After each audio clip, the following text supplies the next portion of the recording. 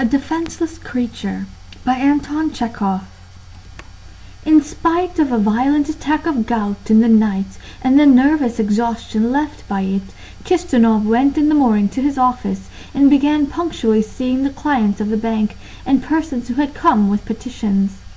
He looked languid and exhausted, and spoke in a faint voice, hardly above a whisper, as though he were dying.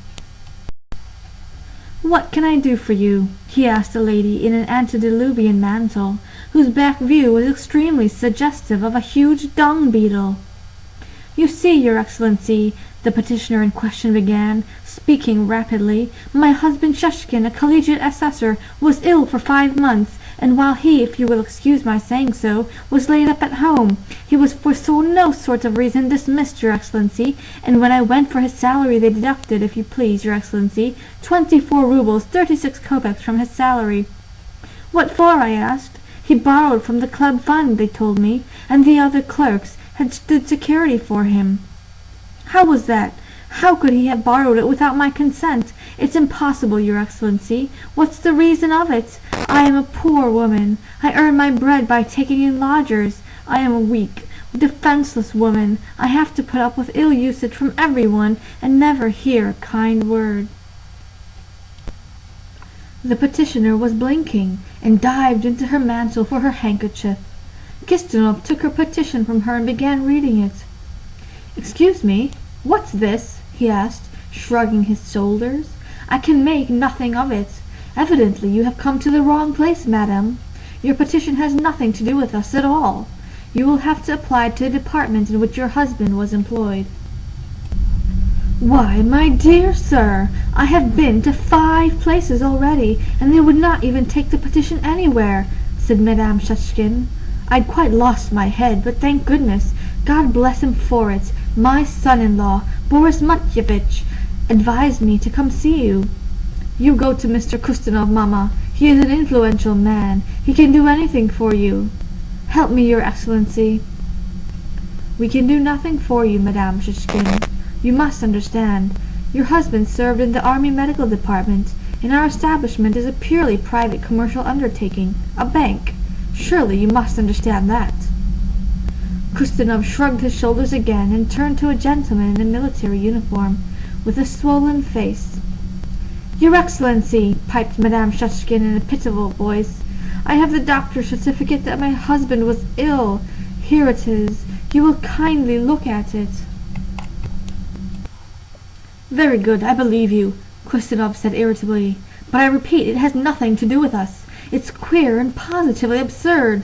Surely your husband must know where you are to apply?" "He knows nothing, Your Excellency. He keeps on, 'It's not your business, get away.'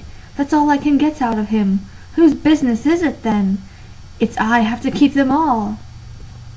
Kistonov again turned to Madame Shushkin and began explaining to her the difference between the Army Medical Department and a private bank. She listened attentively, nodded in token of assent, and said, Yes, I understand, sir. In that case, Your Excellency, tell them to pay me 15 rubles at least. I agree to take part on account." "Oof," sighed Kistonov, letting his head drop back. "There's no making you see reason. Do understand that to apply to us with such a petition is as strange as to send in a petition concerning divorce, for instance, to a chemist or to the assaying board. You have not been paid your due, but what have we to do with it? Your Excellency, make me remember you in my prayers for the rest of my days. Have pity on the lorn, lorn woman," wailed Madame Shushkin. "I am a weak, defenseless woman. I am worried to death. I have to settle with the lodgers and see to my husband's affairs and fly around looking after the house.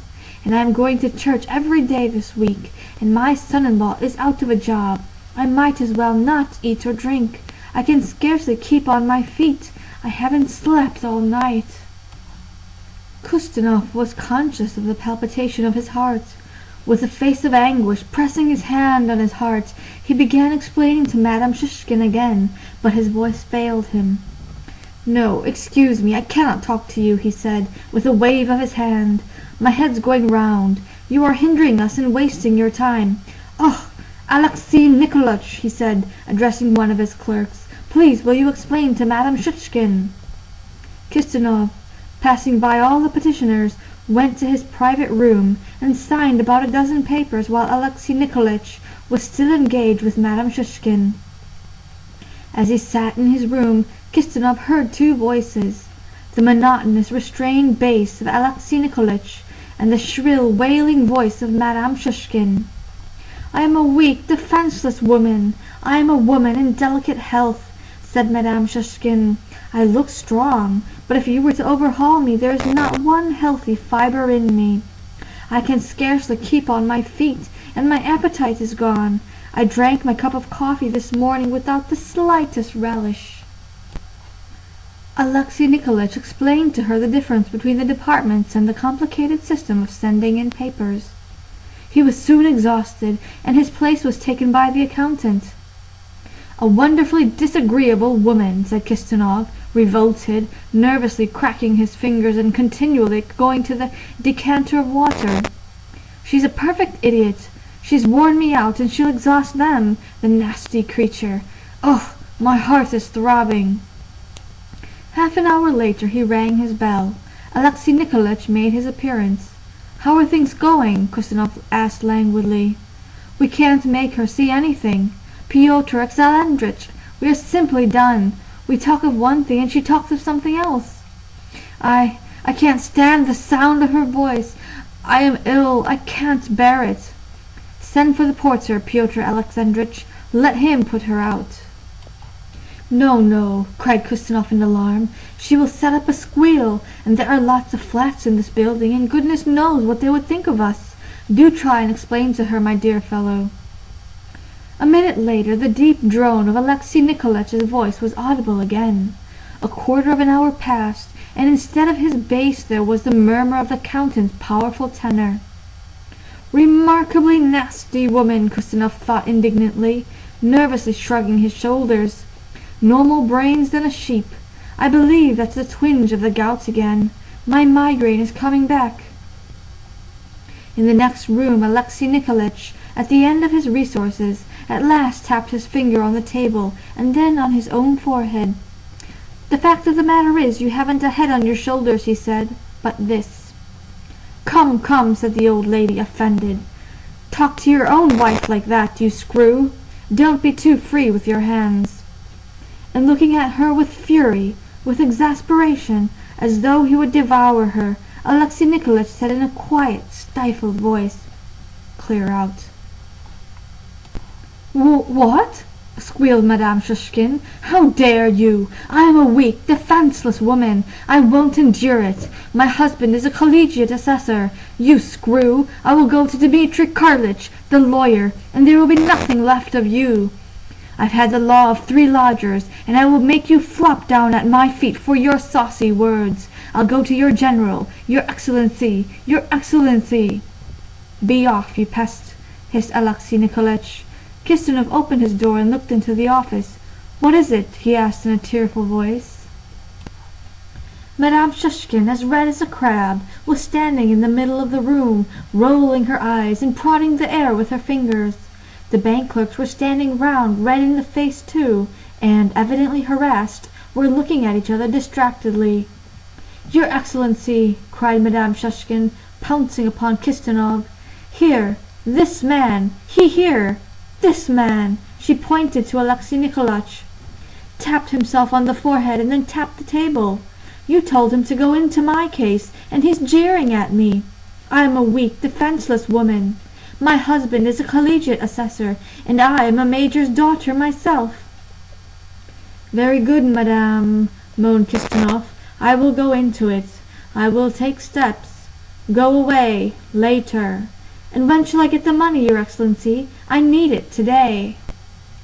Kistinov passed his trembling hand over his forehead, heaved a sigh, and began explaining again. "Madam, I have told you already, this is a bank, a private commercial establishment. What do you want of us? And do understand that you are hindering us." Madame Shishkin listened to him and sighed. To be sure, she assented. Only, your Excellency, do me the kindness, make me pray for you for the rest of my life. Be a father, protect me. If a medical certificate is not enough, I can produce an affidavit from the police. Tell them to give me the money." Everything began swimming before Kistinov's eyes. He breathed out all the air in his lungs in a prolonged sigh and sank helpless on a chair. "How much do you want?" he asked in a weak voice. 24 rubles and 36 kopecks. Kistinov took his pocketbook out of his pocket, extracted a 25-ruble note and gave it to Madame Shushkin. "Take it and go away." Madame Shushkin wrapped the money up in her handkerchief, put it away, and pursing up her face into a sweet, mincing, even coquettish smile, asked, "Your Excellency, and would it be possible for my husband to get a post again?" "I am going. I am ill," said Kistinov in a weary voice. "I have dreadful palpitations." When he had driven home, Alexei Nikolaich sent Nikita for some laurel drops, and after taking 20 drops each, all the clerks set to work, while Madame Shushkin stayed another 2 hours in the vestibule, talking to the porter and waiting for Kistinov to return. She came again next day.